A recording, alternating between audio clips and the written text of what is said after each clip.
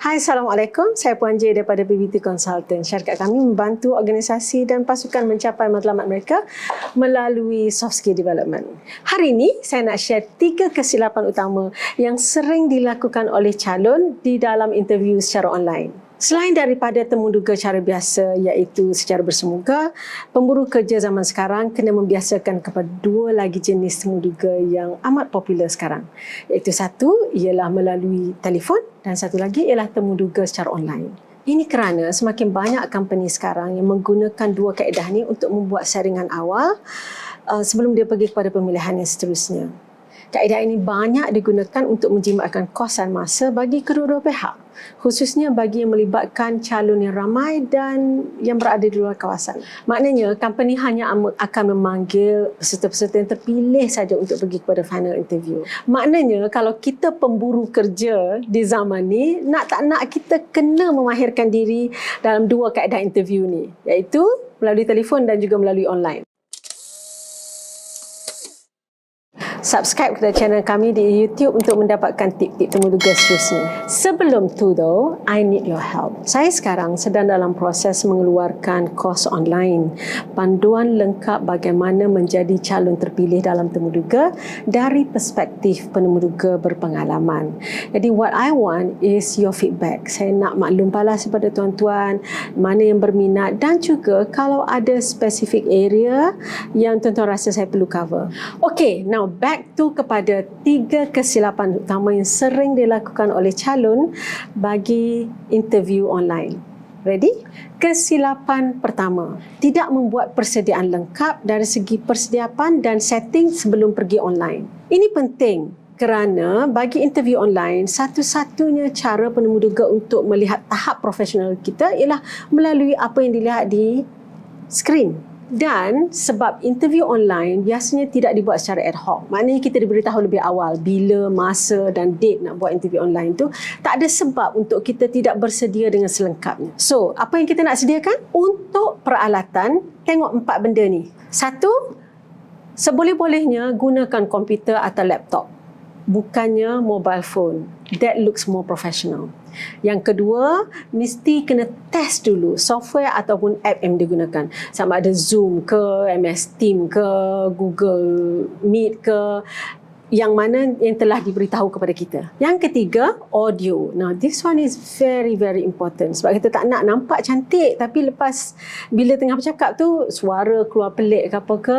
So, invest in a good mic. Tak mahal pun. Dan yang keempat, line internet mesti kena stabil dan mencukupi. Maknanya kalau nak top up data semua, top up siap-siap. Untuk setting, ada 5 perkara yang kita kena tengok. Yang pertama, pilih tempat yang tiada gangguan luar. Tak ada orang keluar masuk, tak ada orang lalu lalang. Dan kalau perlu kunci pintu, kuncilah pintu tu. Yang kedua, pilih tempat yang jauh daripada tempat bising. Yang ketiga, jangan lupa turn off any alarm ke, screen saver ke, handphone, jangan ada call yang masuk. You know, the last thing you want is tengah-tengah shop cakap tiba-tiba keluar screen saver, or keluar alarm ke, keluar ada call yang masuk.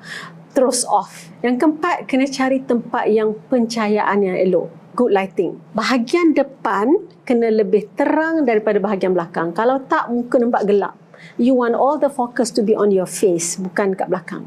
Dan yang kelima, kena peka dengan background ataupun backdrop kita. Tak perlu cantik pun, tapi kena sesuatu yang tidak mengganggu fokus penemuduga kepada background. Maknanya you want the focus to be on you, on your face, bukan kepada kat belakang. Kesilapan kedua, tidak menjaga penampilan diri. Penampilan kita akan membentuk persepsi pertama penemuduga kepada kita. Dan apa penampilan kita kena buat, kena sebiji macam kita pergi face-to-face interview. Walaupun sebenarnya benda ni online. Maknanya kita kena tengok 2 aspek. Satu, dari segi pakaian. Yang kedua, dari segi bahasa badan. Etika berpakaian untuk interview saya secara online samalah dengan etika berpakaian kalau pergi secara face-to-face interview. Maknanya dia bergantung kepada industri yang kita minta dan juga dia bergantung kepada jawatan yang kita minta. Dalam buku dan kursus menjadi calon terpilih temuduga nanti akan diberikan guideline dan juga macam checklist. Kita kena tengok what are the things we need to watch for untuk dress professionally dalam interview. Yang kedua kita kena tengok ialah bahasa badan. Bagi interview secara online, Kalau tak ada benda lain tu, minimum yang kena tengok bahasa badan ialah 2 benda. Posture, satu lagi eye contact. Okey, dari segi posture, it's important that kita mesti kena duduk dengan tegap. Sebab selain dari nampak lebih segak dan lebih menarik, dia juga akan mempengaruhi lontaran suara kita. Nada suara kita nanti akan menjadi nampak lebih confident, lebih bertenaga. That one is very important. Yang kedua kena tengok ialah eye contact. Okey, ada tip Tip pertama eye contact, kita kena practice tengok pada kamera, bukan pada skrin. Second tip, you stack up your laptop supaya kamera tu berada eye level, bukan kat bawah ataupun bukan kat atas. Yang ketiga, jangan membaca nota. Nota okey, boleh ada around us, tapi jangan baca. So, tengok sikit-sikit, tengok point je okey. Dan yang keempat ialah framing, iaitu di mana kita position the camera tu supaya kita duduk tengah-tengah. Kesilapan ketiga, tidak bersedia menjawab soalan-soalan lazim di dalam interview. Okay, for this one, saya cadangkan you all revisit balik video saya buat tentang 7 persediaan utama yang dibuat untuk menjadi calon terpilih dalam temuduga. Tengok balik, ada link saya letakkan kat bawah. Persediaannya sama saja macam kita nak pergi pada interview. Revisit balik. So, that's it. 3 kesilapan utama yang sering dilakukan oleh calon-calon dalam interview secara online. Rumusan ya.